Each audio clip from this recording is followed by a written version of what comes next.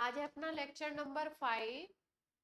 हम लोग कर रहे हैं डाइसैकेराइड की बात कर रहे थे। सुक्रोज हमने कर लिया था, अब हम करने वाले हैं माल्टोज। बेसिकली देखो, स्ट्रक्चर हल्का सा याद रखना है आपको। स्ट्रक्चर के जो मेन पॉइंट्स हैं, किससे कहाँ पे ग्लाइकोसिडिक लिंकेज बन रहा है, C1C2 C1C4 किस पे बन रहा है लिंकेज डाइसैकेराइड में, ये याद रखना है। दूसरा, कौन कौन सी बेसिक यूनिट से बन रहा है। तीसरा आपको याद रखना है वो रिड्यूसिंग शुगर है या नहीं है, बीटा रोटेशन शो करेगी या नहीं शो करेगी, और कोई अगर स्पेशल प्रॉपर्टी है डाइसैकेराइड में तो वो आपने याद रखनी है। और कुछ खास बात ऐसी नहीं है। माल्टोज की अगर हम लोग बात करें, तो हम लोग बात कर रहे हैं माल्टोज की। अगर माल्टोज की बात की जाए तो माल्टोज का फॉर्मूला भी C12H22 O11 ही होता है।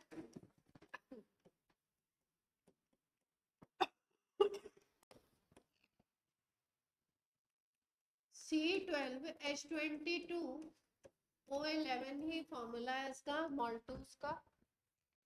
माल्टोज को माल्ट शुगर भी बोलते हैं।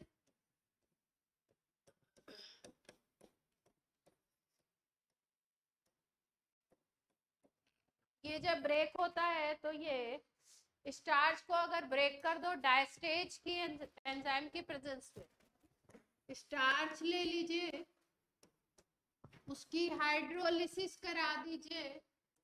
एक स्पेशल एंजाइम है डायस्टेज, डायस्टेज की प्रेजेंस में अगर आप इसको ब्रेक करा दीजिए तो ये बना लेता है माल्टोज। यानी स्टार्च से आप क्या बना सकते हैं, डायस्टेज की प्रेजेंस में अगर उसकी हाइड्रोलिसिस कराओ तो डायस्टेज की प्रेजेंस में ये क्या बनाता है, माल्टोज बना लेता है। स्टार्च का अगर फॉर्मूला लिखना चाहे C6H10O5 होल एन लिखते हैं। C6H10O5 होल एन लिखते हैं स्टार्च का फॉर्मूला। डायस्टेज की प्रेजेंस में माल्टोज में कन्वर्ट हो गया। माल्टोज आपका डाइसैकेराइड शुगर है। इस डाइसैकेराइड में माल्टोज में खास बात यह है कि माल्टोज की अगर हाइड्रोलिसिस कराओगे तो ये 2 ग्लूकोज की यूनिट में टूटेगा। किसमें टूटेगा, ये 2 ग्लूकोज की यूनिट में टूट जाएगा। मतलब ये किससे बना हुआ होगा, 2 ग्लूकोज यूनिट से बनेगा। माल्टोज की अगर करा दो हाइड्रोलिसिस तो ये बना लेगा अल्फा डी ग्लूकोज की 2 यूनिट। 2 यूनिट बनाने का मतलब है ये किससे बना हुआ है, अल्फा डी ग्लूकोज से बना हुआ है। अल्फा डी ग्लूकोज का स्ट्रक्चर आपको मालूम ही है। अल्फा डी ग्लूकोज का स्ट्रक्चर मालूम है। उन दोनों के बीच में क्या बनाना है हमको, ग्लाइकोसिडिक बॉन्ड बनाना है। याद रखना है किसके किसके बीच में बनेगा, माल्टोज में जो बॉन्ड होगा ग्लाइकोसिडिक, ये पूछा गया एक दो बार, ग्लाइकोसिडिक बॉन्ड किसके किसके बीच में, पहली यूनिट का C1 कार्बन और दूसरी यूनिट का C4 कार्बन।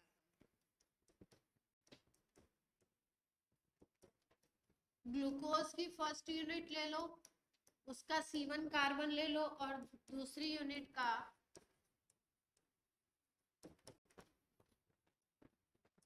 फोर कार्बन ले लो।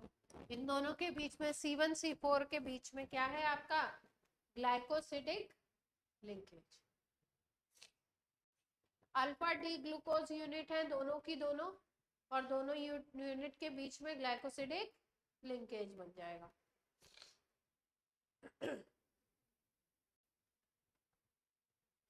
बात समझ में आ रही है बच्चे?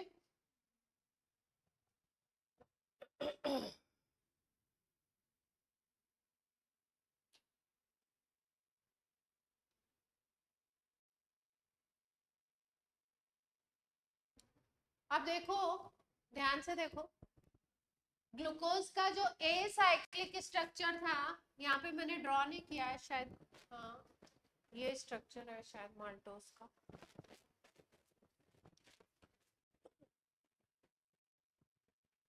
ग्लाइकोसिडिक बॉन्ड बन रहा है, देखिए किसके किसके बीच में, यहाँ पे CH2OH है, ये 6th कार्बन है, ये 5th है, ये 6th है,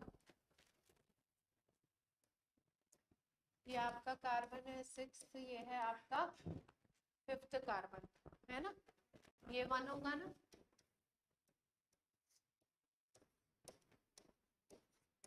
तो ये 4 कार्बन है, इसका कौन सा कार्बन होगा, 1st कार्बन।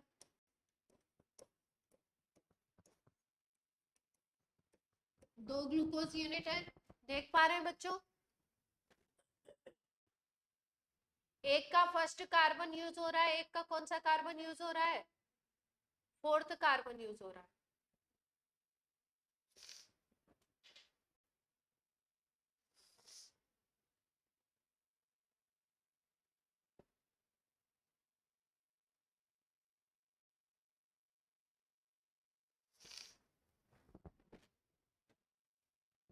अब माल्टोज के बारे में कुछ इंपॉर्टेंट पॉइंट, एक ही 2 पॉइंट है, ज्यादा नहीं, एक ही 2 पॉइंट है। पहला है, ये जो शुगर है ये रिड्यूसिंग शुगर है,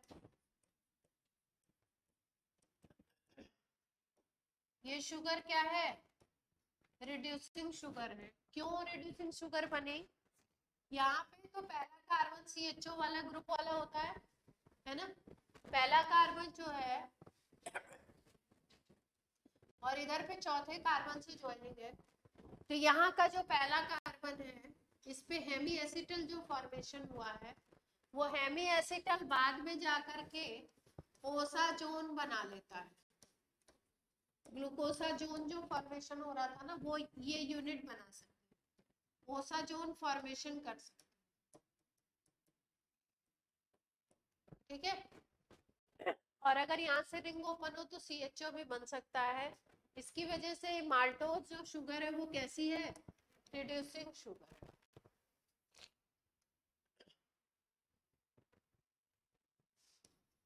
reduces टॉलेंस reagent,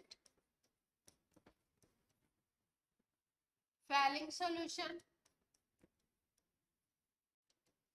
सबके एकदम छोटे छोटे से नोट्स बना के, स्ट्रक्चर बना के, छोटे छोटे से नोट्स बना के दिमाग में बैठा लेंगे, याद रख लेंगे तो आपका काम बन जाएगा।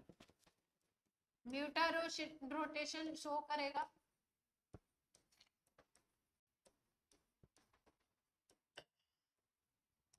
माल्टोज जो होगा वो क्या शो करेगा, म्यूटा रोटेशन।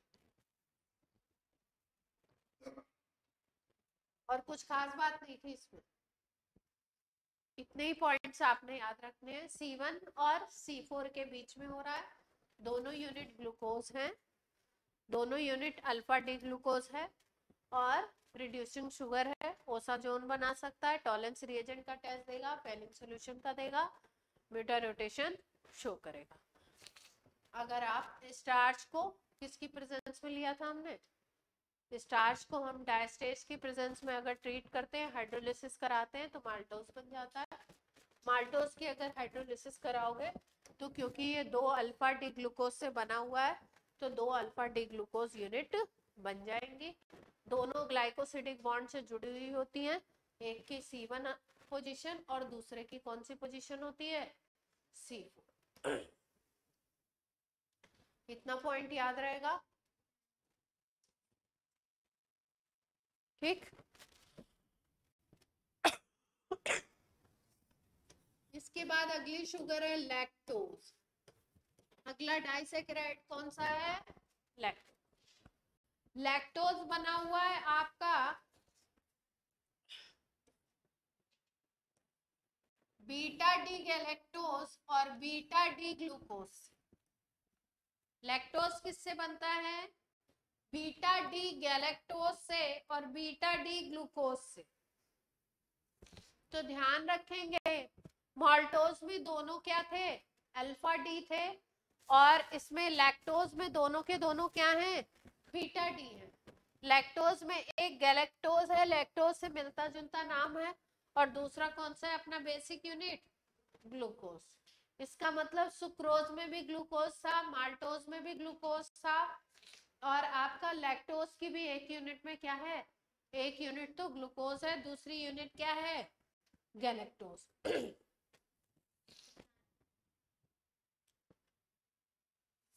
बनाना है तो बना लो, बनाना चाहते हो तो। काम तो आएगा ही, याद तो करना ही आपको स्ट्रक्चर।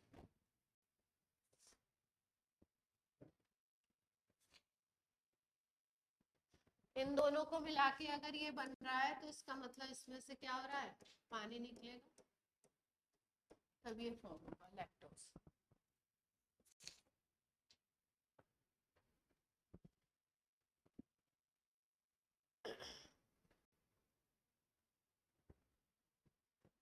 अब देखो दोनों में 6 मेंबर्ड रिंग बनी हुई है तो पायरेनोज बोलेंगे। अल्फा डी, अल्फा, अल्फा नहीं सॉरी, बीटा डी ग्लूकोज, और क्या था, बीटा डी गैलेक्टोज।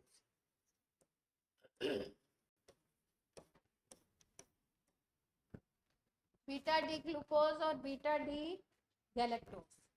गैलेक्टोज की C1 कार्बन होता है, गैलेक्टोज का C1 कार्बन होता है, और ग्लूकोज का C4 कार्बन। ग्लाइकोसिडिक बॉन्ड किसके बीच में बनेगा,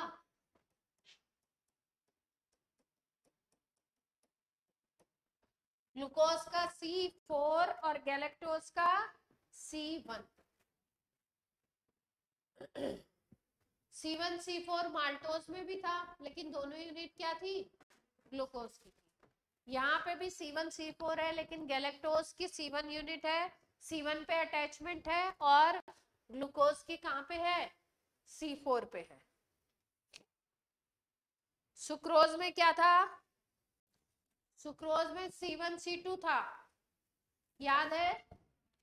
सुक्रोज में अल्फा डी ग्लूकोज था, और आपका बीटा डी फ्रक्टोज था। सुक्रोज में अल्फा डी ग्लूकोज और बीटा डी फ्रक्टोज। तो ध्यान कैसे रखेंगे, सुक्रोज में C1 C2, ग्लूकोज गैलेक्टोज, और इसमें लैक्टोज और माल्टोज में C1 और C4 ग्लाइकोसिडिक लिंकेज। सुक्रोज में अल्फा डी ग्लूकोज था, और क्या था, बीटा डी फ्रक्टोज था, फ्रक्टोज सुक्रोज, ठीक है, एक अल्फा एक बीटा। माल्टोज में दोनों अल्फा, और लैक्टोज में क्या याद रखेंगे, दोनों के दोनों फॉर्मेट क्या है आपके, बीटा। इसके बाद अगला पॉइंट यही आता है, रिड्यूसिंग शुगर है या नहीं है। ये भी रिड्यूसिंग शुगर है तो वही सारे टेस्ट देगा, सेम पॉइंट है, रिड्यूसिंग शुगर है तो टेस्ट सारे वही देगा, Tollens reagent, Fehling solution test, और मीटर रोटेशन भी शो करता है।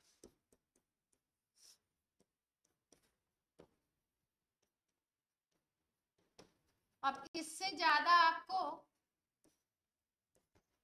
डाइसैकेराइड में इससे ज्यादा आपको नहीं करना है, ये तीनों ही आपके सिलेबस में है ना। आपको अगर आप पॉलीसेकेराइड कराऊंगी, आपको अगर लगता है तो आपको थोड़ा सा मैं एक दो क्वेश्चन बता देती हूँ कैसे आएंगे।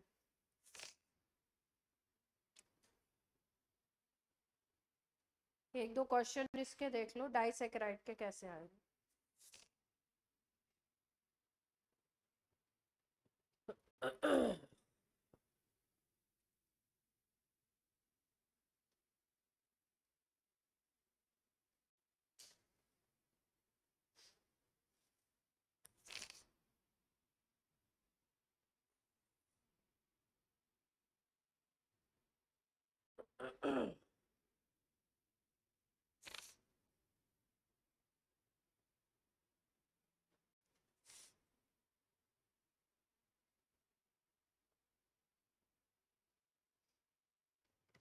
ग्लाइकोसिडिक एक क्वेश्चन आया हुआ है 22 में, 23 में कोई क्वेश्चन नहीं है डाइसेक्राइड से।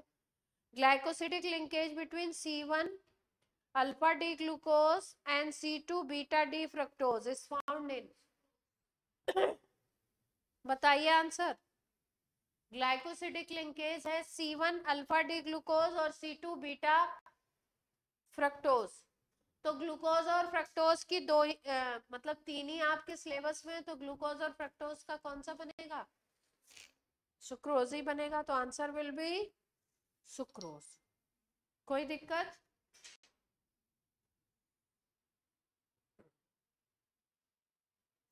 ज्यादा आए नहीं है, इसी टाइप के क्वेश्चन है C1 C2 करके, है ना, तो ज्यादा दिमाग लगाने की जरूरत नहीं है। जैसे 22 में ही असर्शन रीजन में आया हुआ है question, maltose has 2 alpha D glucose units linked at C1 and C4 and is reducing sugar. Statement 1 है, तो क्या कहते हैं आप, ये करेक्ट होगा या इनकरेक्ट? फिर से रिपीट करूं ऑनलाइन, स्टेटमेंट फिर से रिपीट करूं। पहला स्टेटमेंट है maltose has 2 alpha D glucose unit linked at C1 and C4 and is a reducing sugar। Maltose के बारे में दिया हुआ है, बताइए। ट्रू है, क्योंकि 2 डी ग्लूकोज यूनिट मिलती है अल्फा डी, और आपका C1 C4 का लिंकेज भी है और रिड्यूसिंग शुगर भी है। स्टेटमेंट 2 दिया है, maltose has 2 monosaccharides alpha D glucose and beta D glucose linked at C1 and C6, it is non-reducing sugar। तो ये वाला गलत हो गया ना, इसमें आपका ग्लूकोज अल्फा और बीटा है नहीं, और C1 और C6 पे दिया है और नॉन रिड्यूसिंग दिया है। तो आपका क्या हो गया, स्टेटमेंट 1 तो करेक्ट हो गया और स्टेटमेंट 2 क्या हो गया, इनकरेक्ट। क्लियर है? तो मतलब अगर स्ट्रक्चर आपको पता, मतलब ये वाले पॉइंट्स आपको पता है, तो डाइसेक्राइड का क्वेश्चन हो जाएगा। चलिए, तो इसलिए ज्यादा टाइम नहीं वेस्ट करते हैं, पॉलीसेक्राइड पे आते हैं ना।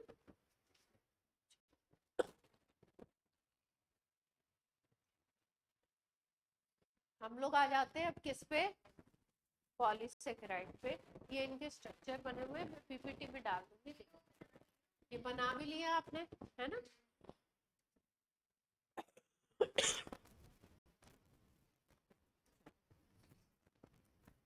अब बात करते हैं हम लोग पॉलीसेकेराइड।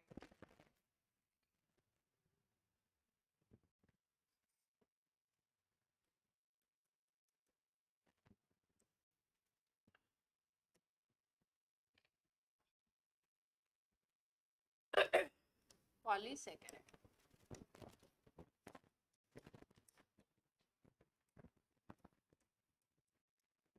जैसा नाम से आपको पता चल रहा है, पॉलीसेकेराइड की अगर हाइड्रोलिसिस कराओगे तो क्या बनेंगे, बहुत सारे n नंबर ऑफ मोनोसेकेराइड बनेंगे ना।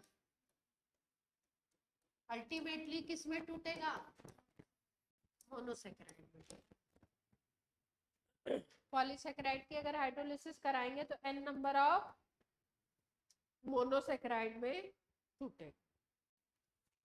कॉमनली अगर बात करें तो हम लोग बात करते हैं स्टार्च की, हम लोग बात करते हैं सेलुलोज की, हम लोग बात करते हैं पॉलीसेकेराइड में ग्लाइकोजन की,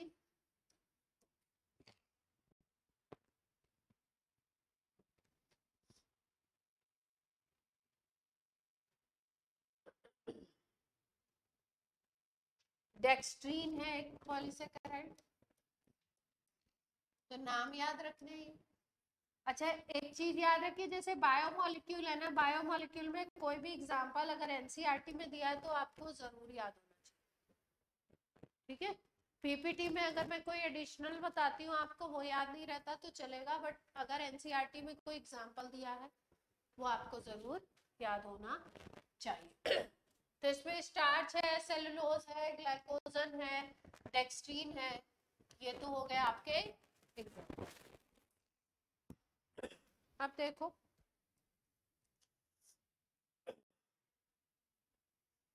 स्टार्च की अगर बात करो, स्टार्च को अगर हम लोग हीट करें, स्टार्च ले लो और इसको हीट, स्टार्च लिया हमने, हीट किया, स्टार्च का जनरल फॉर्मूला लिखते हैं C6H10O5 होल N। इसको हीट करेंगे जब तो ये बनाता है एक कंपाउंड जिसको हम बोलते हैं डेक्सट्रीन। क्या नाम देंगे इसको? डेक्सट्रीन। फिर इस डेक्सट्रीन की अगर हम करा दें एसिडिक हाइड्रोलिसिस, डेक्सट्रीन की क्या करा रहे हैं? एसिडिक हाइड्रोलिसिस करा, एसिडिक हाइड्रोलिसिस करा, एसिडिक हाइड्रोलिसिस जब कराते हैं डेक्सट्रीन की तो ये बना देता है माल्टोज,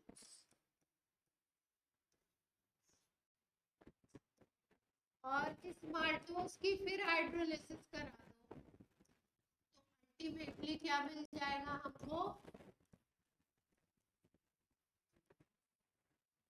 इस माल्टोज की अगर अल्टीमेटली हाइड्रोलिसिस करा दो फिर से तो क्या बन जाएगा? ग्लूकोज।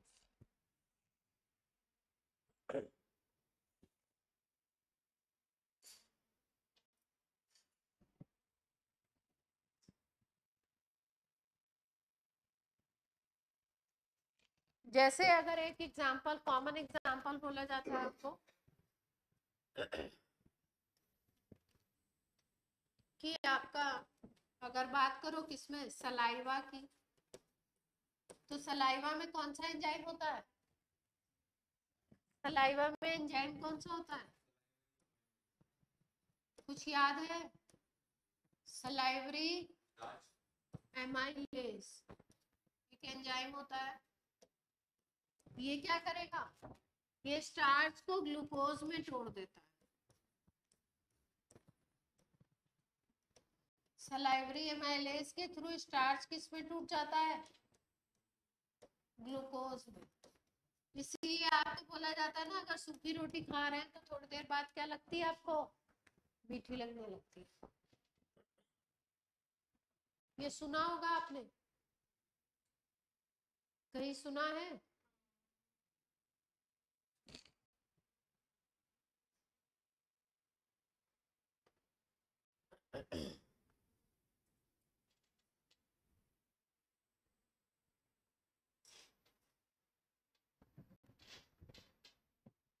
नोट हो गए इतने पॉइंट?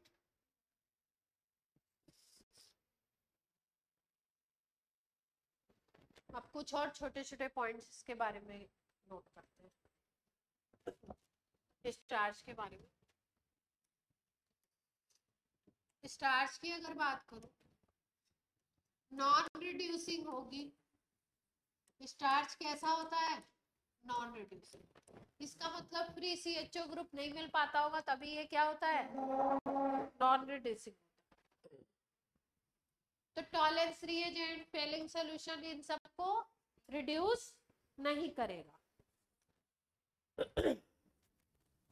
स्टार्च जो है वो आपका मेजर फूड रिजर्व है प्लांट्स में। प्लांट्स में इसी के फॉर्मेट में क्या होता है?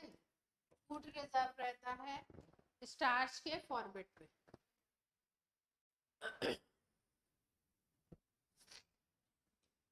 White amorphous, white amorphous, no taste, no smell, smell भी नहीं है, टेस्ट भी नहीं है, कलर भी नहीं है, वाइट है, एमॉर्फस है, क्रिस्टल वगैरह नहीं बनते हैं, एमॉर्फस है। और क्या है, स्पेरिंगली सॉल्युबल इन वाटर।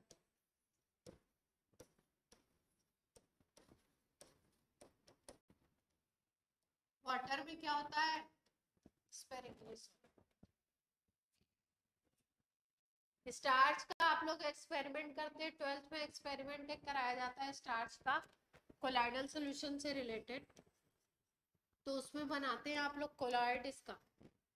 तो उसको पहले ठंडे पानी में डालते हैं, अच्छे तरीके से घुलता नहीं है। फिर उसके बाद हम लोग आलू से तो आयोडीन का टेस्ट कराते हैं, हाँ आयोडीन वाला। आलू में भी स्टार्च होता है ना। तो क्या क्या पॉइंट याद किए हमने इसके बारे में, non reducing, major food reserve in plant, white amorphous, no taste no smell, और आपका स्पेरिंगली सॉल्युबल इन वाटर। और क्या खास बात है,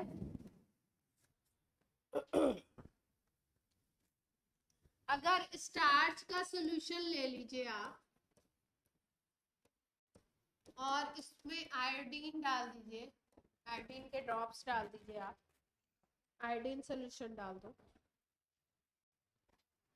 तो ये आपका टेम्परेचर 248 टू 243 पे, 243 कैसे होगा, 253,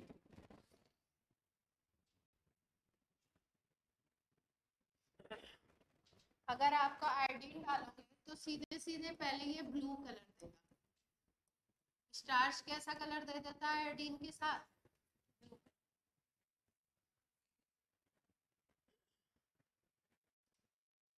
और अगर इसको आप हीट कर दो 248 से 253 केल्विन तक, तो ये जो ब्लू कलर है ना, ये डिसअपियर हो जाता है।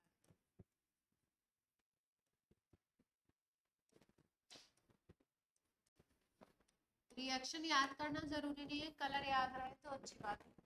कॉम्प्लेक्स बनेगा, ब्लू कलर डिसअपियर हो जाएगा।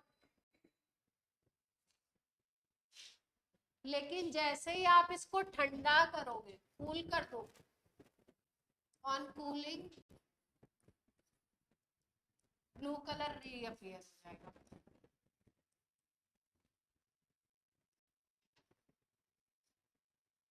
किसकी बात हो रही है, स्टार्च की बात हो रही है। आयोडीन के 1-2 ड्रॉप डाले, ब्लू कलर आ गया।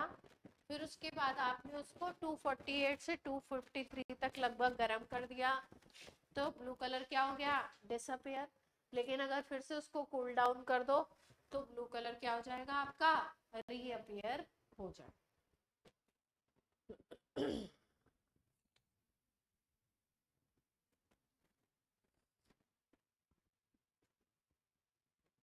अब देखो स्टार्च में मोनोमर यूनिट होती कितनी है, ये देखो। अगर हम बात करें स्टार्च में मोनोमर यूनिट जो होती है वो आपकी डिपेंड करेगी सोर्स के ऊपर, किसमें वो स्टोर है उसके हिसाब से अलग अलग है। स्टार्च में अगर एन का नंबर बोले, जो मोनोमर यूनिट है एन, जिसको हमने होल एन लिखा है, एन की वैल्यू अगर हम देखें तो लगभग लगभग ये 200 से 1000 तक, 200 से 1000।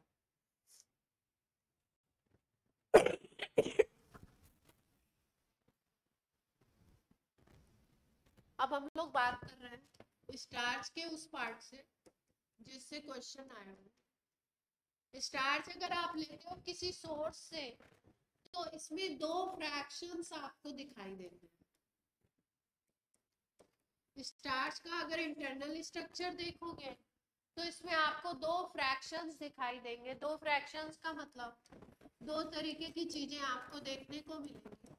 एक पार्ट को आप बोलते हो एमाइलोस, एक पार्ट को आप कहते हो एमाइलोस, और दूसरे पार्ट को आप बोलते हो एमाइलोपेक्टिन। पहला पार्ट बोला जाता है एमाइलोस। ये स्टार्च के 2 टाइप नहीं है, स्टार्च के 2 फ्रैक्शन है। अगर स्टार्च का एक सैंपल लोगे तो उसमें कुछ कंटेंट एमाइलोज होता है और कुछ कंटेंट क्या होता है, एमाइलोपेक्टिन। परसेंटेज याद रखेंगे, amylose is 20% and amylopectin is 80%।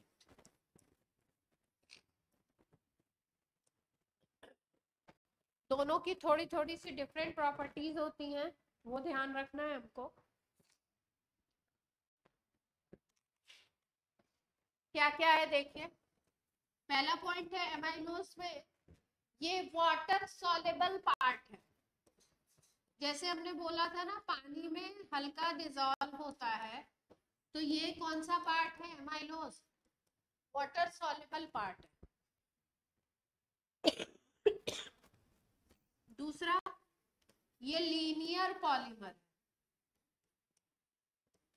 Linear polymer का मतलब होता है एक पॉलीमर ये है, एक ये है, फिर दूसरा जुड़ा, फिर तीसरा जुड़ा, फिर चौथा जुड़ा, ऐसे लीनियरली जुड़ रहे हैं।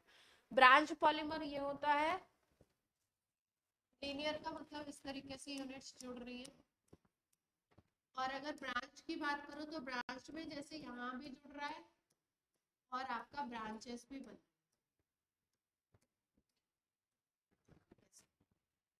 लीनियर भी है और ब्रांचिंग भी है। तो जहाँ पे ब्रांच हो जाएगी उसको ब्रांच बोलते हैं, और जो अगर एक ही लाइन में जुड़ते जा रहे हैं, एक के साथ दूसरा, दूसरे के साथ तीसरा, तीसरे के साथ चौथा, ऐसे करके एक सीक्वेंस में जुड़ते जा रहे हैं, उसको लीनियर बोलते हैं। तो एमाइलोज पार्ट जो स्टार्च का है वो कैसा है, लीनियर पॉलीमर है, वाटर सॉल्युबल पार्ट है। और एमाइलोज का नाम से याद रखिए, मैं तो ऐसे ही याद रखती थी, एमाइलोज छोटा वर्ड है, एमाइलोपेक्टिन बड़ा वर्ड है। तो एमाइलोज का परसेंटेज कम है 20%, और एमाइलोपेक्टिन का कितना परसेंटेज है, 80%। उसके बाद इसमें C1 और C4 के बीच में ग्लाइकोसिडिक बनेगा, C1 एंड C4 के बीच का ग्लाइकोसिडिक बॉन्ड बनता है। इसमें जो बेसिक यूनिट होती है वो अल्फा डी ग्लूकोज होती है। बेसिक यूनिट क्या होगी, alpha D glucose. C1 C4 के बीच का bond, linear polymer, water soluble part, amylose name है 20%। हाँ, alpha D alpha D alpha D बार बार क्या होंगे, जुड़ते जाएंगे और लीनियर पॉलीमर बन जाएगा।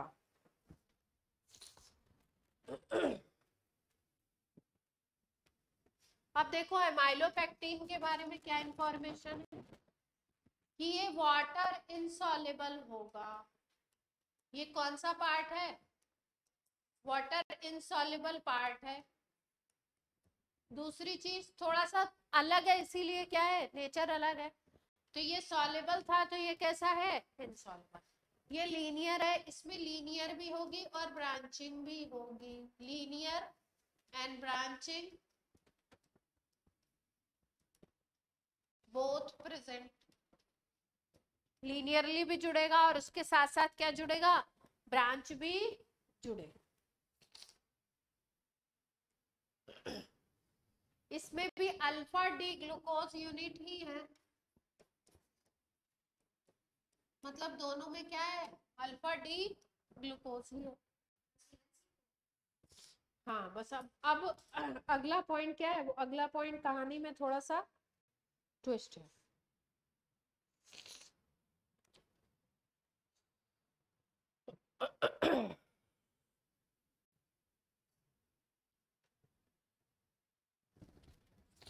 चलो अगला बता देते, एमाइलोपेक्टिन में यहाँ पे जगह नहीं है।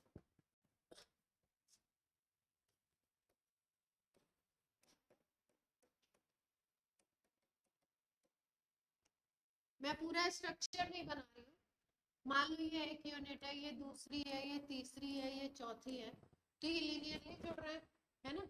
और फिर इसमें क्या होगी, ब्रांचिंग होगी, ठीक।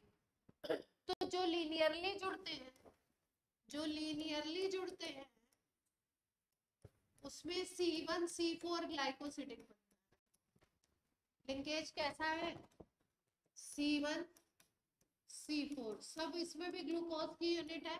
ग्लाइकोसिडिक बॉन्ड कैसा है? C1C4।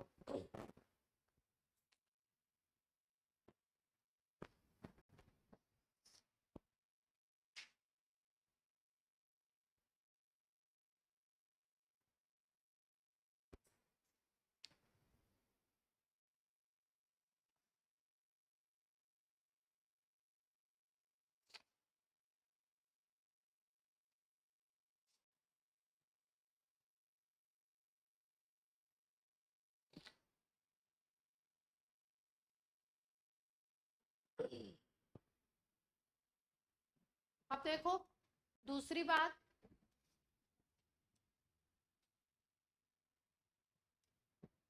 ये लीनियर जुड़ा हुआ है, ये मान लीजिए इस चेन का, ये जो लीनियर चेन है ये इसका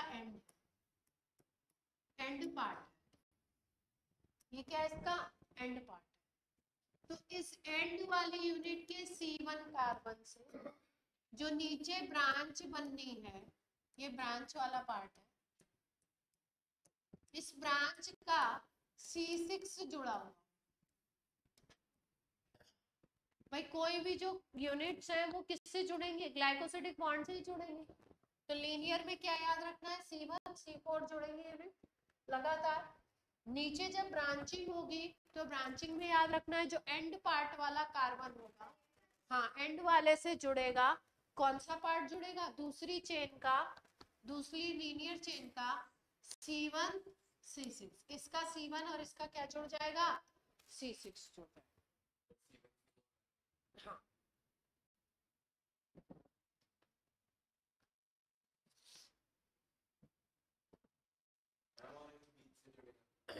बीस से नहीं जुड़ेंगे। ये लिंकेज जो होगा इसमें स्टार्च एमाइलो, उसमें कौन सा है? लीनियर वाले में C1C4 और ब्रांचिंग वाले में एंड वाले के C1 से दूसरे वाले का, नीचे वाले का C6 जुड़ेगा। इतने ही पॉइंट आपको याद है।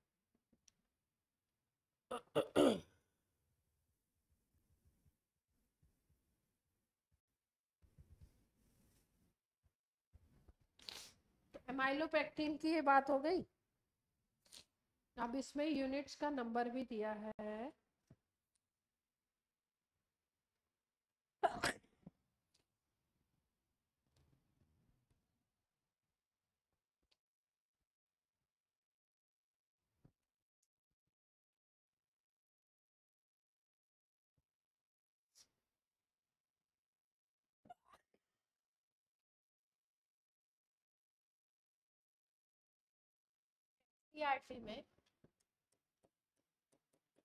एनसीईआरटी में इसके यूजेस दिए हो, वो आपको लर्न कर लेना। मैं यूजेस बता नहीं रही हूँ।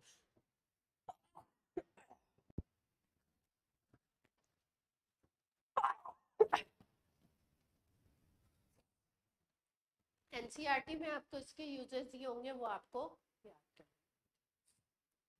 बाकी जो पॉइंट्स है, जितने पॉइंट थे वो मैंने आपको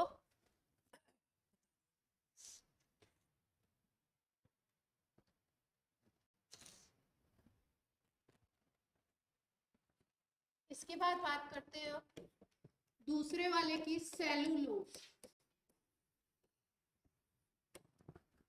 प्लांट सेल वॉल में प्रेजेंट होता है, आपको पता है।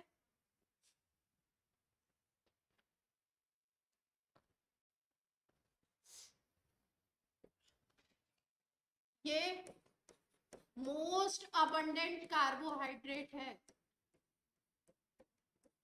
नेचर में प्रेजेंट होने वाला सबसे ज्यादा कार्बोहाइड्रेट है सेलुलोज।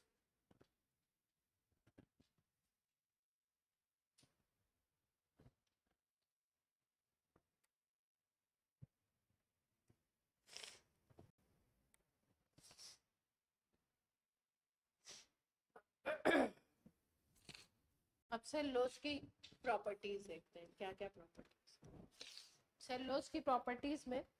सबसे पहला याद रखेंगे, insoluble in water, cellulose insoluble है किसमें? वाटर में।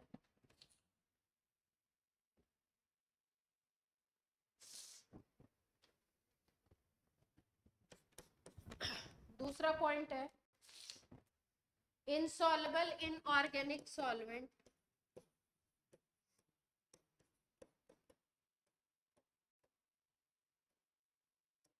ज्यादातर ऑर्गेनिक सॉल्वेंट्स में क्या है? इनसॉल्युबल है। पानी में भी ज्यादातर ऑर्गेनिक सॉल्वेंट्स में भी इनसॉल्युबल। थर्ड पॉइंट इसमें ध्यान रखना है, हीटिंग पे अगर इसको हीट करते हैं तो मेल्ट नहीं करता है।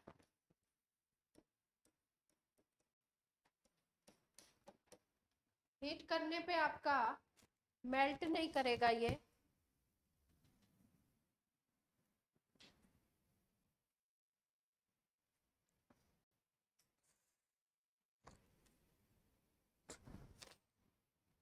एक बार इन्होंने एडवांस में या किसी में तो पूछा है ये, अमोनिकल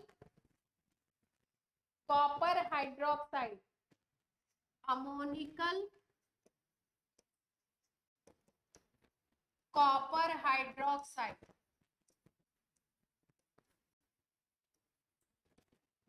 ये एक रिएजेंट है, नाम थोड़ा सा अजीब सा है पर पूछा है, स्वेटजर्स रिएजेंट। इस रिएजेंट का क्या नाम है? स्वेटजर्स रिएजेंट। इसमें डिसॉल्व होता है cellulose. Cellulose dissolve in this reagent.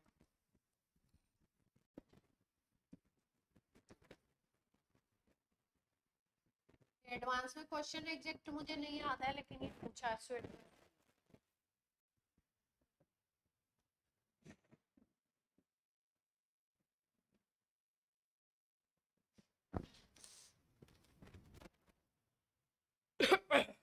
Non reducing है, स्टार्च भी नॉन रिड्यूसिंग है, सेलुलोज भी क्या है आपका? Non reducing.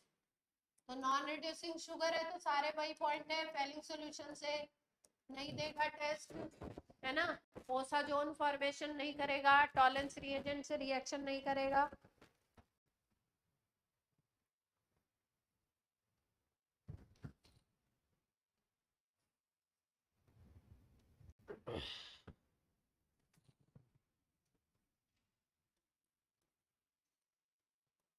सेलुलोज रिड्यूसिंग तो है नहीं, नॉन रिड्यूसिंग है। एक पॉइंट और था इंपॉर्टेंट जिससे पूछा इन्होंने,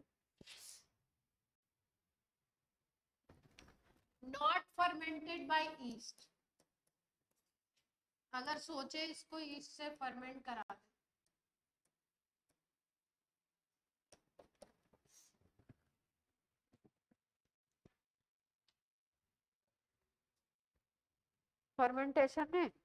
फर्मेंटेशन में जैसे फंगस यूज कर लिया, ईस्ट यूज कर लिया, उसके थ्रू क्या होगा, ऑक्सीजन के एब्सेंस में वो कन्वर्ट हो जाएगा दूसरे में।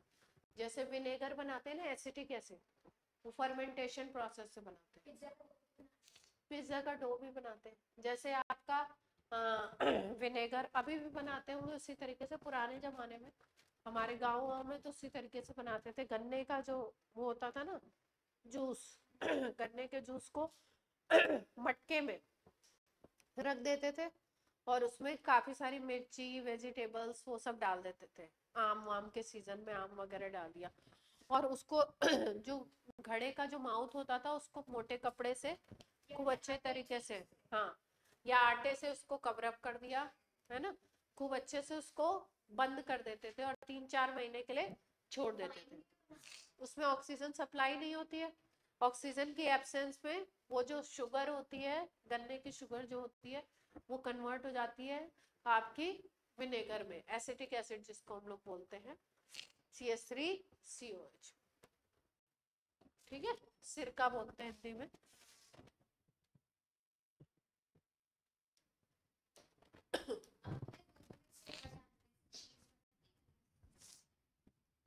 बनाइए आप।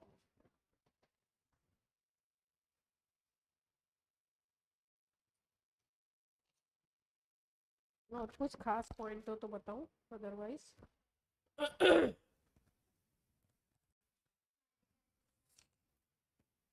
सेलुलोज लिया आपने और अगर इसको डाइल्यूट H2SO4 के साथ हाइड्रोलाइज कर दिया तो ये सीधे सीधे आपकी ग्लूकोज यूनिट बना देगा।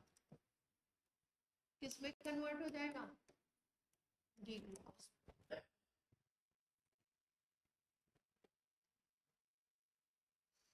फॉर्मूला लिखना है तो क्या लिख सकते हैं? C6H10O5 होगा।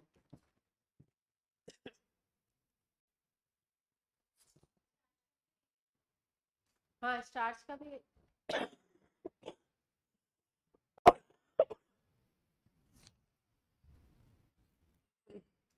देखो, कॉटन की एक वैरायटी होती है,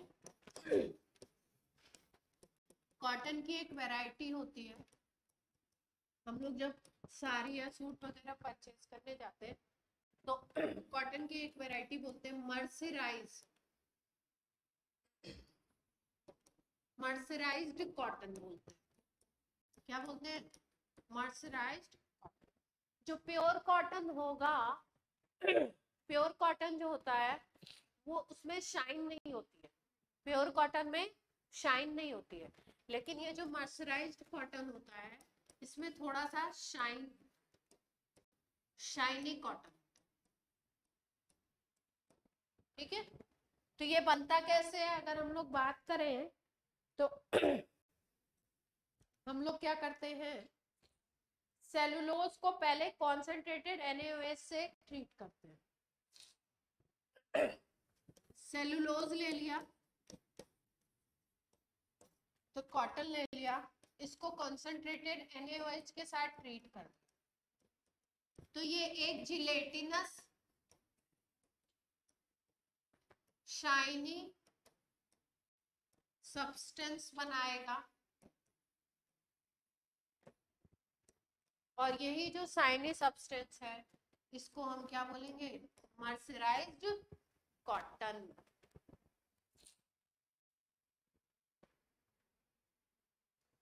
और प्रोसेस बोलते हैं मर्सराइजेशन।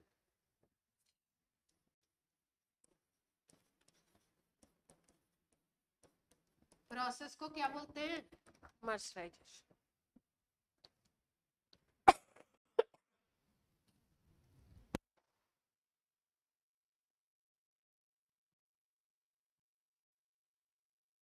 रुमिनेंट्स जानते हैं? रुमिनेंट्स क्या होता है? कौन से एनिमल्स को बोलते हैं? रुमिनेंट्स किस एनिमल को बोलते हैं भाई? कौन से होते हैं रुमिनेंट्स? बताएं बच्चों, पढ़ा होगा आपने 10th में। रुमिनेंट्स क्या होता है? चूहा?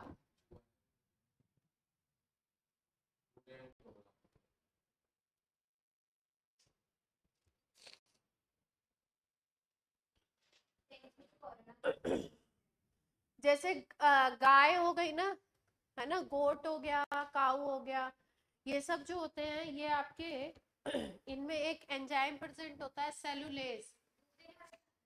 नहीं नहीं, इनमें एक एंजाइम होता है, कौन सा? सेलुलेज। रुमिनेंट्स बोलते हैं इनको। काऊ हो गई, और भी कैटल हो गए, गोट हो गया, ये सब में एक एंजाइम प्रेजेंट होता है, एंजाइम है, एंजाइम का नाम है सेलुलेज। एंजाइम का क्या नाम है? सेलुलेज। ये क्या करता है? सेलुलोज का डाइजेशन करता है।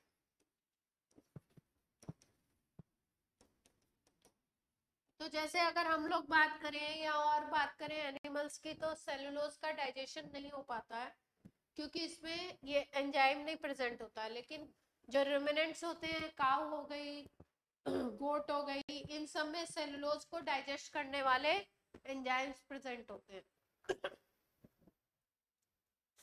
तो सेलुलोज का डाइजेशन हो जाता है इसमें।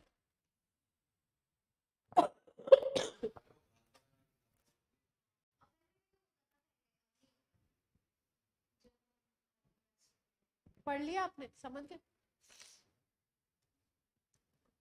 अब देखो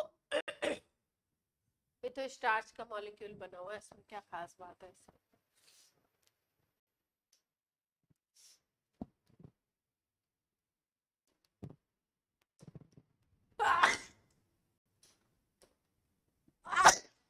सेलुलोज, सेलुलोज में यूनिट कौन सी है? Beta D glucose. सेलुलोज की बेसिक यूनिट कौन सी है? Beta D glucose. अब ये जो हम बोलते हैं इसमें C6H10O5 इसमें N का नंबर बहुत हाई होगा सेलुलोज में, इसमें N का नंबर होगा 1000 से 3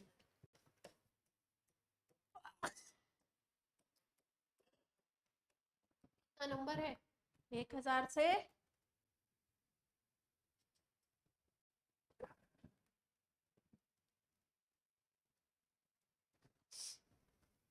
सेलुलोज के बारे में दूसरी इंफॉर्मेशन, लीनियर पॉलीमर है, ब्रांच ब्रांच का कोई चक्कर नहीं है, लीनियर पॉलीमर है सेलुलोज। C1 और C4 के बीच में ग्लाइकोसिडिक बॉन्ड होगा, सिंपल है एकदम। C1 और C4 के बीच में कैसा बॉन्ड होगा? ग्लाइकोसिडिक।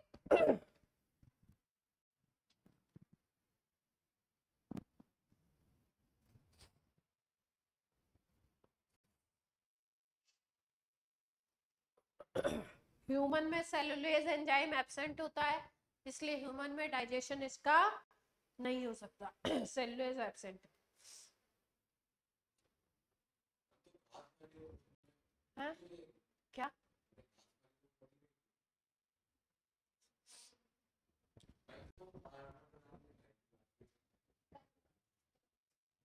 नोट हो गई ये पॉइंट? ऑनलाइन बच्चे नोट हो गई पॉइंट?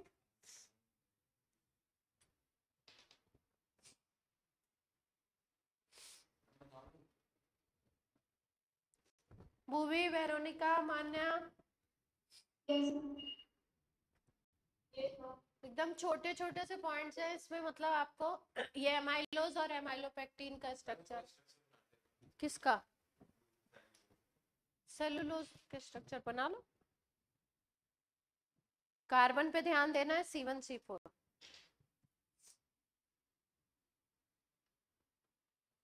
स्ट्रक्चर में कुछ खास बात नहीं है, बीटा डी ग्लूकोज है और क्या है? C1C4 पे जोड़ना है।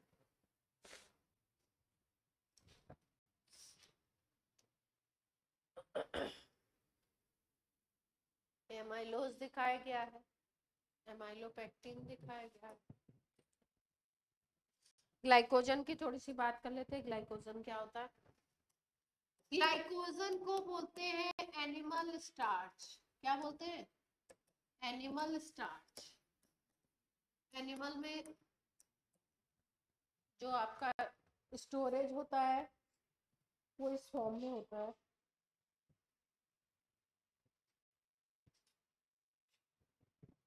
अगर कार्बोहाइड्रेट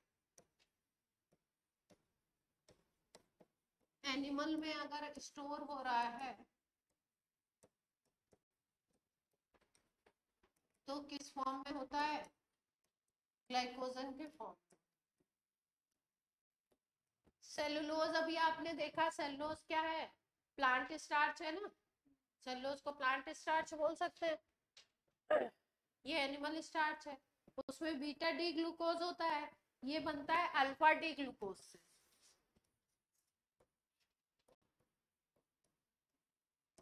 ग्लाइकोजन किससे बनता है? अल्फा डी ग्लूकोज से बनता है, मतलब इसकी हाइड्रोलिसिस करोगे तो क्या बनेगा? Alpha D glucose.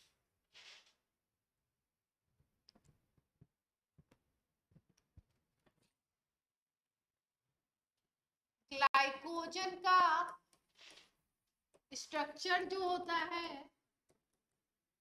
वो सिमिलर होता है एमाइलोपेक्टिन से।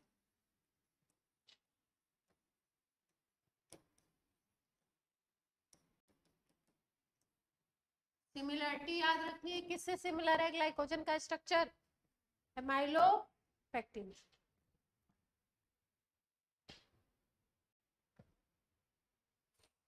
डिफरेंस क्या है? डिफरेंस यही लिख लो, डिफरेंस केवल ये है कि वहां पे जो चेन होती है, छोटी छोटी जो चेन है, यहाँ पे ग्लाइकोजन में जो छोटी चेन है और एमाइलोपेक्टिन में जो चेन है,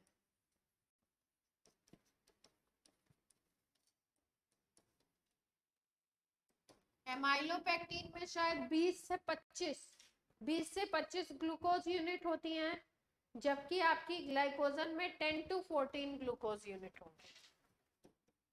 यहाँ पे 10 to 14 ग्लूकोज यूनिट होती है एक शॉर्ट चेन में।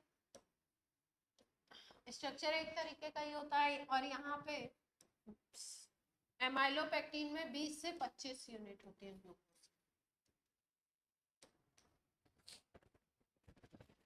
ये पॉइंट्स आपको याद रखने हैं।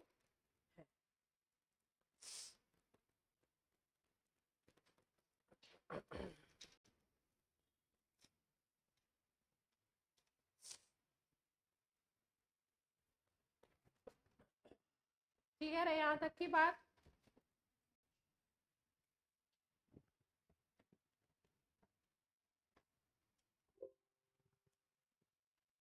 अब आ जाते हैं अपनी थोड़ी सी एनसीईआरटी पे आते हैं।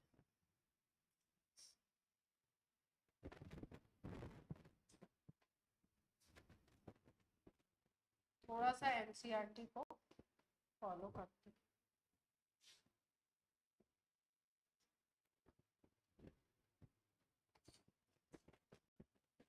फिर डाउनलोड हो जाएगा ना यहाँ से, यहाँ से गलती से लिख दिया, खोलना नहीं है डाउनलोड।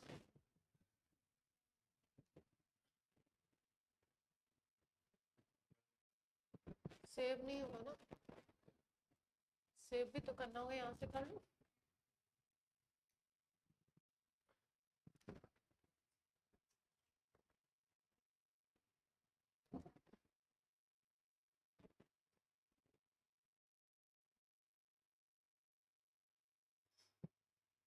एक बार चेक भी तो कर लिया जाए, कोई चीज छूटी तो नहीं।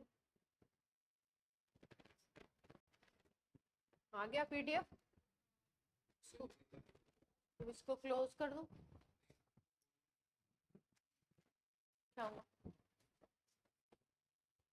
इसको सेव कर दिया।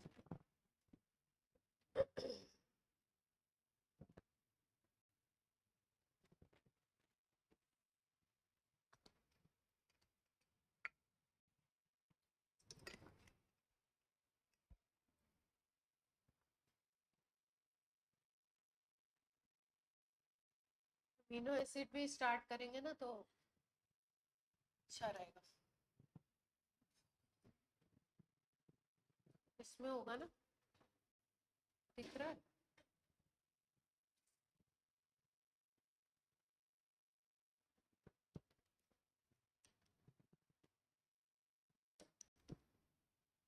चलो भैया,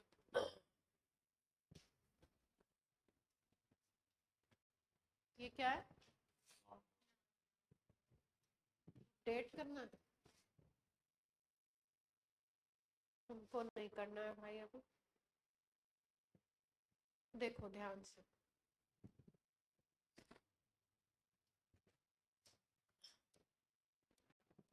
देख पा रहे हैं सब लोग जिनके पास एनसीईआरटी होगी? वो तो देख ही पा रहे होंगे।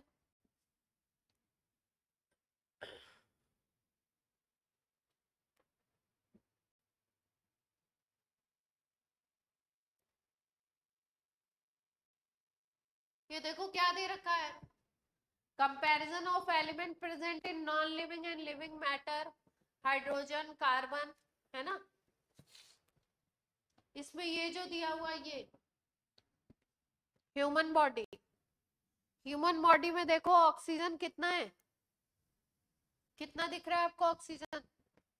65 दिख रहा है ना, परसेंटेज बाय वेट दिया हुआ है ना। ह्यूमन बॉडी में कितना है?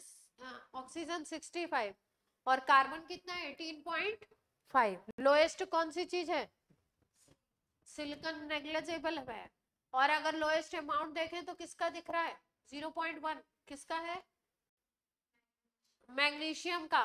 देख पा रहे हैं क्या? नेग्लिजिबल है ना, आई नहीं मान लो उसको बिल्कुल। हाँ, ये आपको दिखा क्यों रही हूँ ये तो बता दो। ये नई एनसीईआरटी है क्या? हाँ,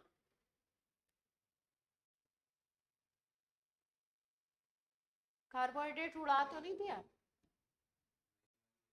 नई वाली इसमें कार्बोहाइड्रेट उड़ा तो नहीं दिया?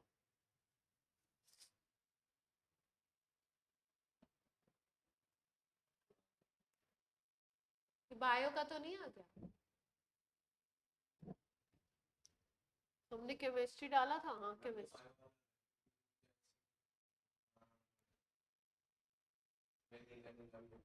बच्चों यही है एनसीईआरटी आपके पास ऑनलाइन?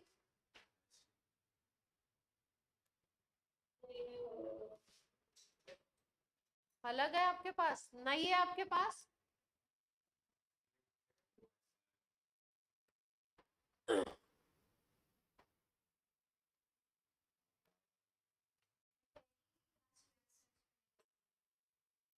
ये किसका है? बायो का है?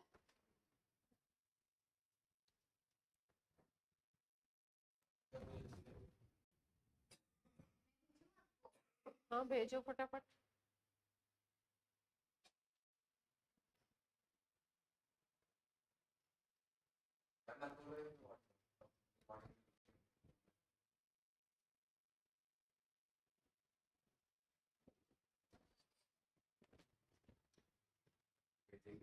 अब प्रोटीन स्टार्ट करना है आपको? आपको नहीं, मतलब हमको। किस पे भेजा है?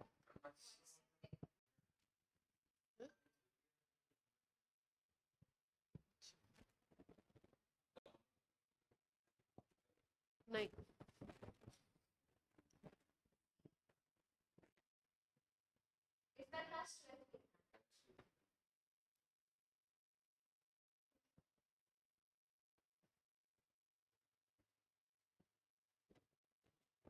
क्लास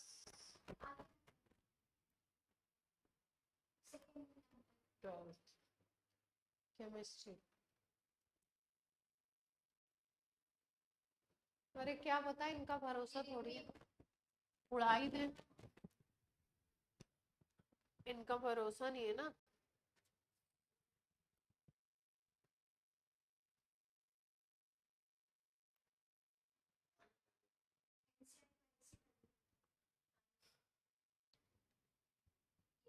केमिस्ट्री का ही दिख रहा है ना।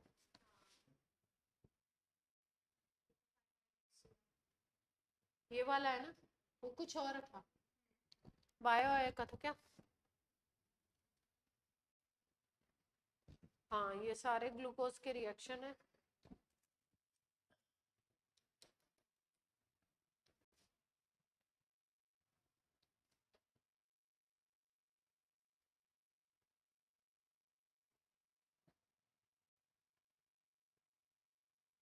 चलो देखो, ये पार्ट अपना हो गया है, ग्लूकोज फ्रुक्टोज ये सारा हो गया है ना।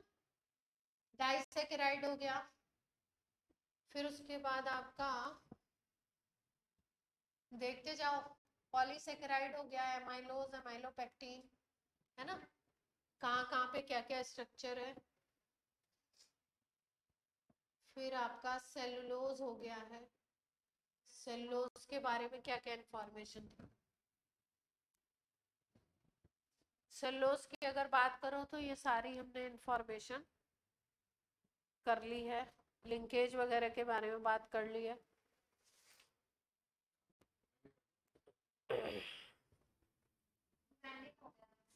लाइन टू लाइन पढ़ना है इस चैप्टर को एनसीईआरटी से। honey has been used for a long time as an instant source of energy by Vats in Ayurvedic medicine. ठीक है, ये मैंने बोला था ना इंपॉर्टेंस या यूजेस पढ़ेंगे, तो ये यूजेस हैं आपके, ये यूजेस हैं आपके। इसमें इन्होंने हनी के बारे में बताया है, ग्लाइकोजन के बारे में बताया है, और आपका और खत्म है, फिर कुछ नहीं है ना। इसके बाद अब बात हो रही है किसकी, प्रोटीन की बात हो रही है। ठीक, चलो स्टार्ट करते हैं, प्रोटीन इसी से स्टार्ट कर दें। इसको सेव नहीं किया था ना हमने, चलो हम लोग अपने पीपीटी पे ही पढ़ते हैं।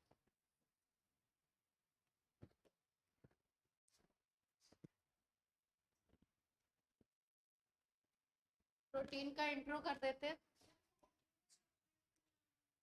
नहीं, प्रोटीन,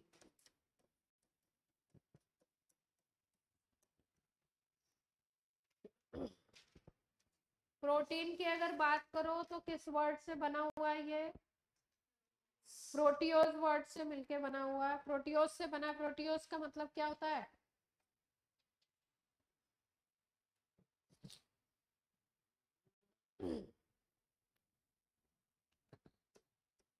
प्रोटियोज वर्ड से मिलके बना है, और प्रोटियोज का मतलब होता है फर्स्ट। ठीक है, पहले क्या बना, पहले क्या फॉर्मेशन हुआ।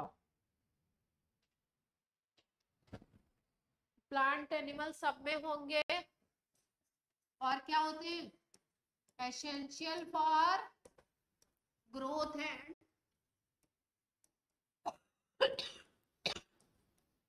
डेवलपमेंट।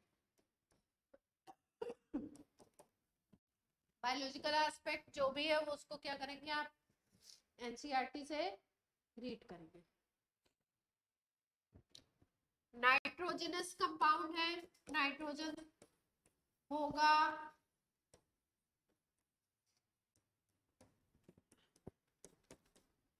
दूसरा पॉइंट बेसिक यूनिट जो होती है इसकी, जैसे वहां पे कार्बोहाइड्रेट की बेसिक यूनिट क्या थी, मोनोसेकेराइड। कार्बोहाइड्रेट की बेसिक यूनिट क्या थी, मोनोसेकेराइड। जितने भी बड़े छोटे सब कार्बोहाइड्रेट थे, जब उनको हाइड्रोलाइज करो तो वो मोनोसेकेराइड में टूटते थे। वैसे ही प्रोटीन की जो बेसिक यूनिट होती है उसको बोलते हैं हम लोग एमिनो एसिड।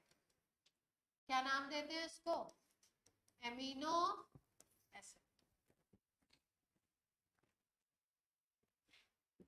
हमारी बॉडी में, प्लांट की बॉडी में, या किसी और एनिमल की बॉडी में जब भी प्रोटीन का फॉर्मेशन होगा, प्रोटीन बनेगी कोई भी, तो प्रोटीन के फॉर्मेशन में क्या होगा, ढेर सारे अमीनो एसिड कंबाइंड करें। अमीनो एसिड क्या होते हैं, आपस में कंबाइंड कर जाते हैं। अमीनो एसिड को शॉर्ट में मैंने लिखा है ए। अमीनो एसिड ढेर सारे क्या होंगे, कंबाइंड करेंगे एक दूसरे के साथ, पॉलीमर बनाएंगे, पॉलीमराइजेशन का प्रोसेस करेंगे, और पॉलीमराइजेशन के थ्रू ये अमीनो एसिड किसका फॉर्मेशन कर लेंगे, प्रोटीन का। अब जैसे वहां पे बात हुई थी कार्बोहाइड्रेट में जो बेसिक यूनिट्स होती हैं, मोनोमर यूनिट्स होती हैं, वो एक दूसरे से ग्लाइकोसिडिक बॉन्ड से जुड़ती हैं, वैसे ही प्रोटीन में जो अमीनो एसिड और अमीनो एसिड के बीच को जोड़ने वाला जो बॉन्ड होता है, उस बॉन्ड को हम कहते हैं पेप्टाइड बॉन्ड। कौन सा बॉन्ड है, पेप्टाइड।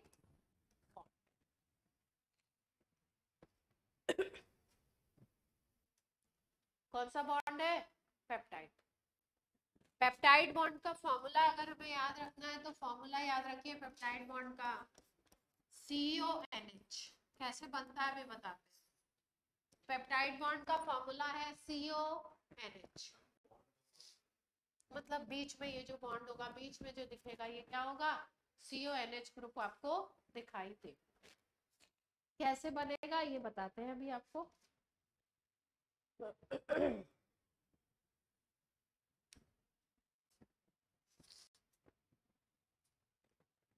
अगर आपने कोई प्रोटीन लिया, उसकी करी आपने हाइड्रोलिसिस,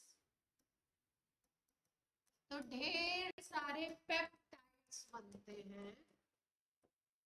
प्रोटीन के हाइड्रोलिसिस से ढेर सारे क्या बनेंगे? पेप्टाइड्स। और इन पेप्टाइड्स की अगर हाइड्रोलिसिस करते हैं तो बनते हैं ढेर सारे अमीनो एसिड। और वो भी कौन से बनेंगे? Alpha amino acid. अभी इन सब का मीनिंग सिखाते हैं। अल्फा क्या है, बीटा क्या है।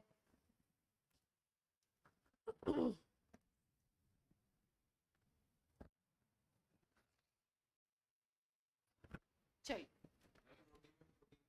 हाँ, रोटी में प्रोटीन, रोटी तो कार्बोहाइड्रेट है ना।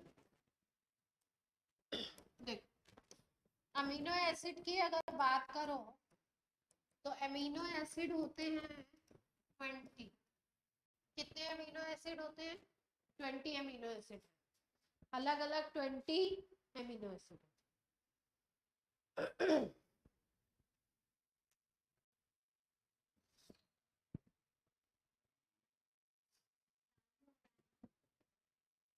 ठीक है। ये जो 20 अमीनो एसिड है, इसमें भी दो कैटेगरी है। एक को बोलते हैं एसेंशियल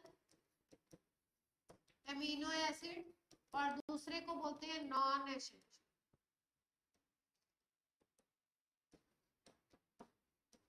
10 है एसेंशियल और 10 है नॉन एसेंशियल। 20 में से 10 एसेंशियल है और 10 क्या है? प्रोटीन की बेसिक यूनिट क्या है? अलग अलग प्रोटीन अलग अलग अमीनो एसिड से बना हुआ होगा। अमीनो एसिड के डिफरेंट कॉम्बिनेशन से अलग अलग प्रोटीन बनते हैं। एसेंशियल अमीनो एसिड और नॉन एसेंशियल दो कैटेगरी करी गई है। एसेंशियल अमीनो एसिड का मतलब है, नॉन एसेंशियल का मतलब है जिसको बॉडी खुद बनाएगी, बॉडी में बनेगा। नॉन एसेंशियल का मतलब है it is formed in body,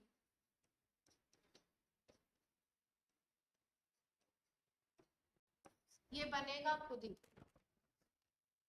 जैसे बोलते हैं ना विटामिन डी, आप धूप में बैठेंगे तो क्या होगा? बन जाएगा आपके बॉडी में। सनशाइन विटामिन इसलिए बोलते हैं ना। वैसे ही 10 जिनको हमने बोला नॉन एसेंशियल, वो होते हैं वो बॉडी में बनते हैं। और 10 ऐसे हैं जिनको हम बोलते हैं एसेंशियल, इनको हमें बाहर से लेना पड़ता है,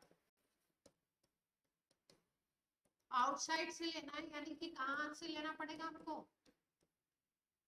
कहाँ से लेना पड़ेगा? खाने से, फूड से लेना पड़ेगा, अपनी डाइट से लेना पड़ेगा, बाहर से। ये ह्यूमन बॉडी में नहीं बने। तो कैसे याद रखेंगे? एसेंशियल किसको बोलोगे? एसेंशियल मतलब, वैसे तो बोलो तो नॉन एसेंशियल मतलब जो जरूरी नहीं है, और एसेंशियल बोलो तो जो जरूरी है। तो नॉन एसेंशियल में किसको कर दिया? जैसे नहीं बोलते घर की मुर्गी दाल बराबर, तो जो घर में है उसको क्या नाम दे दिया? जो अपनी बॉडी में खुद बन जा रहा है उसको नाम दे दिया नॉन एसेंशियल, वो भी 10 है। और जो आपका बाहर से डाइट से लेना पड़ता है उसको क्या कह दिया?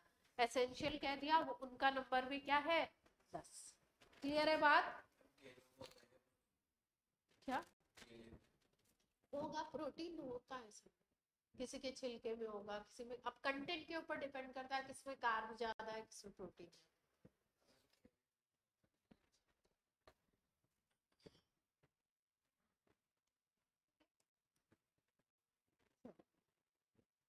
अब देखो, अमीनो एसिड की बात करते हैं। अमीनो एसिड में कैसे कोई चीज जुड़ेगी? जैसे एक अमीनो एसिड एग्जांपल लेते हैं, ग्लाइसिन। एक अमीनो एसिड है ग्लाइसिन। फॉर्मूला याद रखते हैं इसका, CH2NH2COOH, ग्लाइसिन का फॉर्म।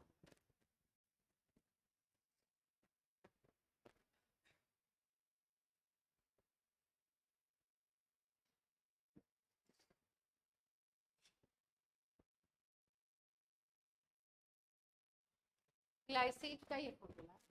अब मैं आपको सिखाना चाह रही हूँ कि पेप्टाइड बॉन्ड कैसे बनेगा। पेप्टाइड बॉन्ड फॉर्मेशन कैसे होगा अगर दो अमीनो एसिड, तीन अमीनो एसिड आपस में जुड़ रहे हैं तो। ठीक है, ये बताना चाह रही हूँ। तो देखते हैं कैसे बनेगा।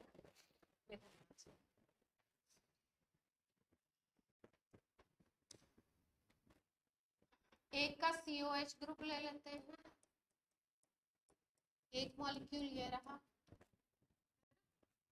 और एक का ले लेते हैं NH।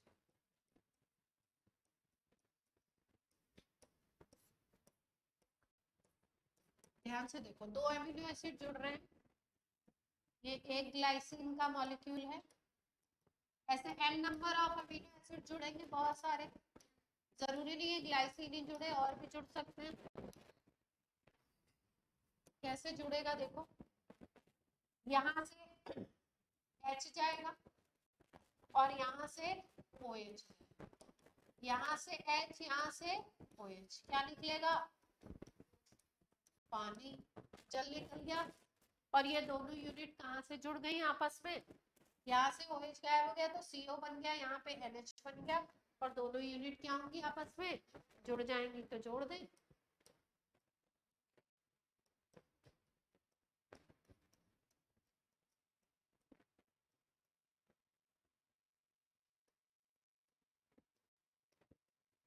देख पा रहे हो बच्चों?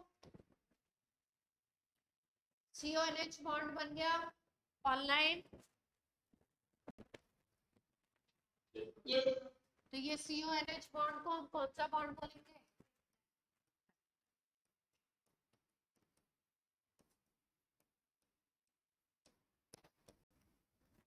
Peptide bond.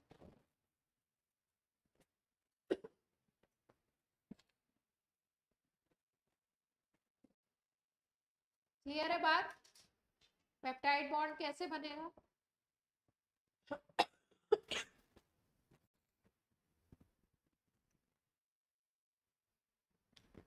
अब जैसे ग्लाइसिन अमीनो एसिड था ना, इसको शॉर्ट में हम लिखते हैं, शॉर्ट में इसको G से डिनोट करते हैं, और शॉर्ट में लिखना GLY में लिखा हुआ।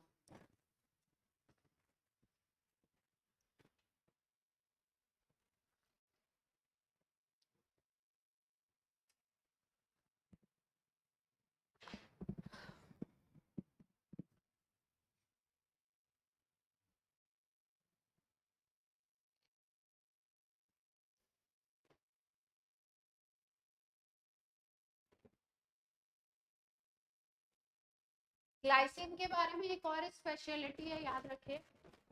ग्लाइसिन ही एक ऐसा अमीनो एसिड है, ओनली वन अमीनो एसिड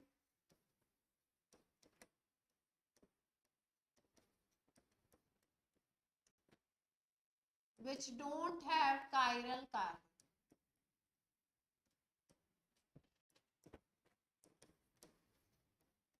केवल ग्लाइसिन में ही कायरल कार्बन नहीं है।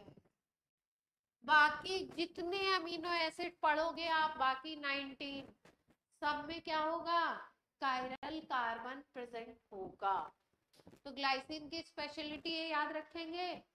फॉर्मूला याद रखिए, CH2, एक तरफ NH2, एक तरफ COOH, और ये क्या है आपका? इसमें कायरल कार्बन प्रेजेंट नहीं है। बाकी जितने भी अमीनो एसिड हैं उसमें ये ग्रुप कॉमन है, यहाँ से एक है, छटके एक और ग्रुप लगा हुआ सब। तो वहां पे सारे के सारे क्या बन जाते हैं आपके? कायरल बन जाते हैं, और ये जो है आपका, ये कायरल नहीं। क्लियर है बात? अब एक और पॉइंट करते हैं प्रोटीन में। प्रोटीन में जो अमीनो एसिड है, अमीनो एसिड को बोला जाता है कि अमीनो एसिड जो होता है वो एक स्पेशल तरीके का आयन बनाता है, जिसको हम बोलते हैं ज्विटर आयन। क्या बोलते हैं? नाम याद दिलाते हैं आपको? कहीं बता रखा है ये आपको? Zwitter ion. ये कौन बनाता है, किसमें देखने को मिलेगा आपको, प्रोटीन में, वो भी प्रोटीन के किसमें, एमिनो एसिड में देखने को, कहाँ पे देखने को मिलेगा, ज्विटर आयन इसको बोलते हैं, उस आयन को बोलोगे ion which have two poles in one molecule.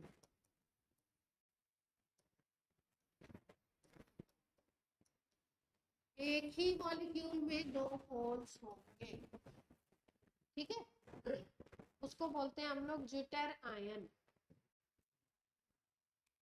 अब देखते हैं कैसे बनेगा, देखो ध्यान से।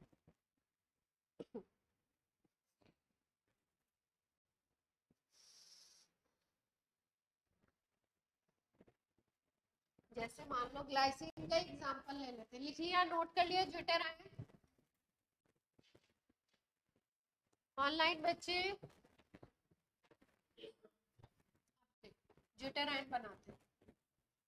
ग्लाइसिन का स्ट्रक्चर था ये CH2 NH2 CH, ठीक, देखो ध्यान से।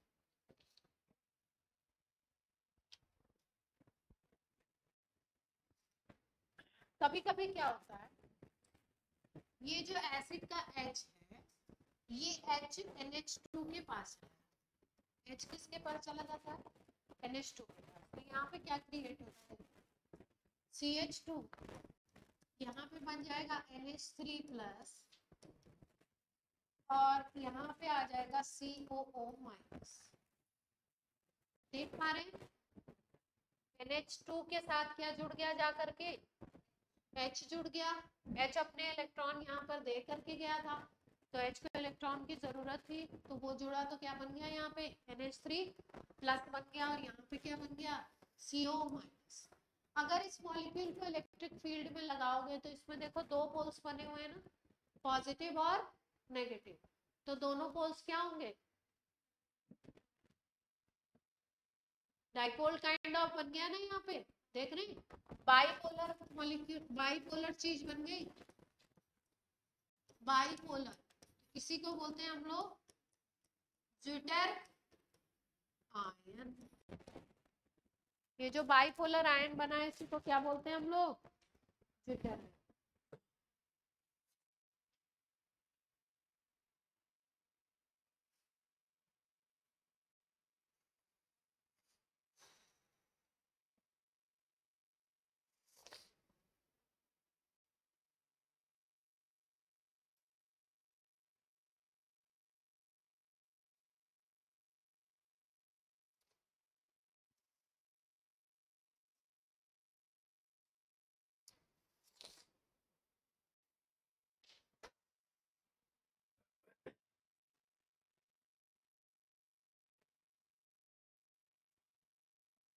क्लियर है बात।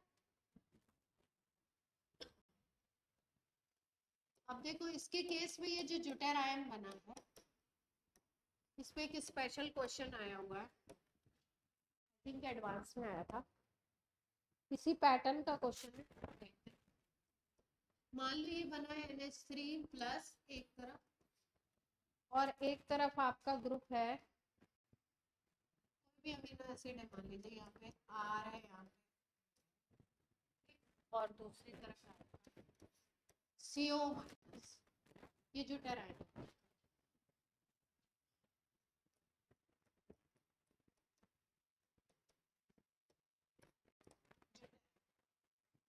इस ज्विटर आयन को अगर आप ट्रीट कर दो pH लेस देन 7, यानी कि सॉल्यूशन को कर दो एसिडिक, यहाँ पे हम क्या कर दें, pH लेस देन 7 अगर कर दे, यानी एसिडिक मीडियम दे दे,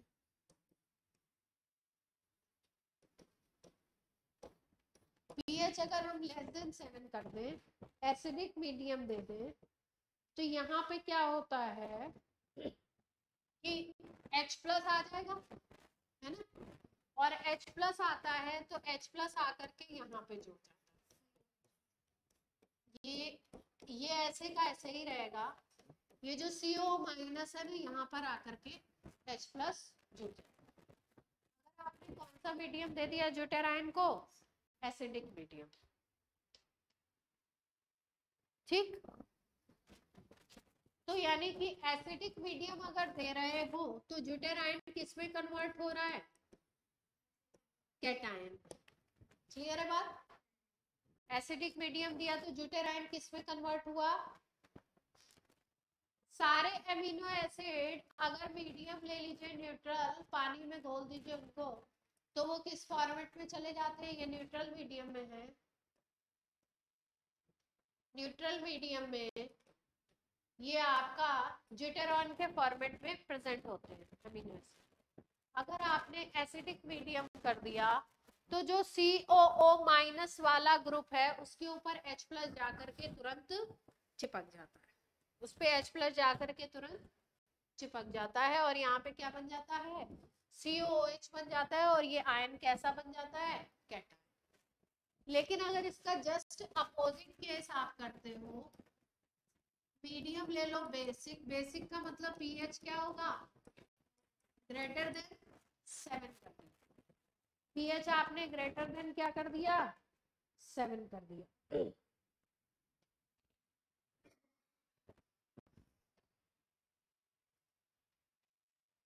तो pH अगर आप ग्रेटर देन 7 करते हो तो pH ग्रेटर देन 7 में क्या होता है?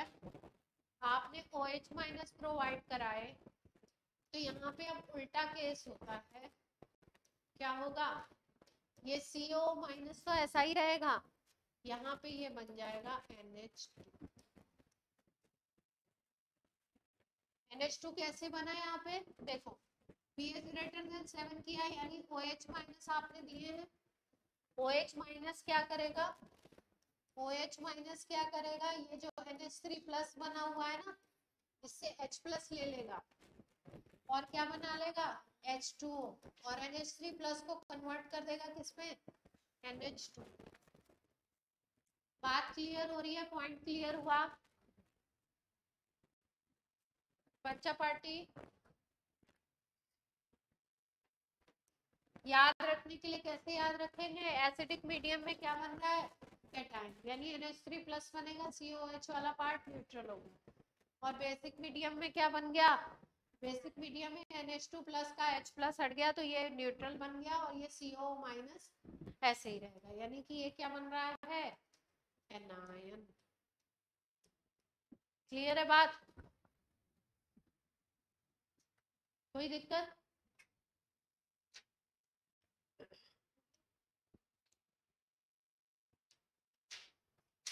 अब कल कराते हैं प्रोटीन को और, है ना? चलिए आज की क्लास कर देते हैं आपकी ऑफ। इस पे बेस्ड एक क्वेश्चन आया हुआ PPT में मैं डाल दूंगी, उसको आप करिएगा। आज की क्लास आपकी हो गई खत्म। बाय बाय बच्चों।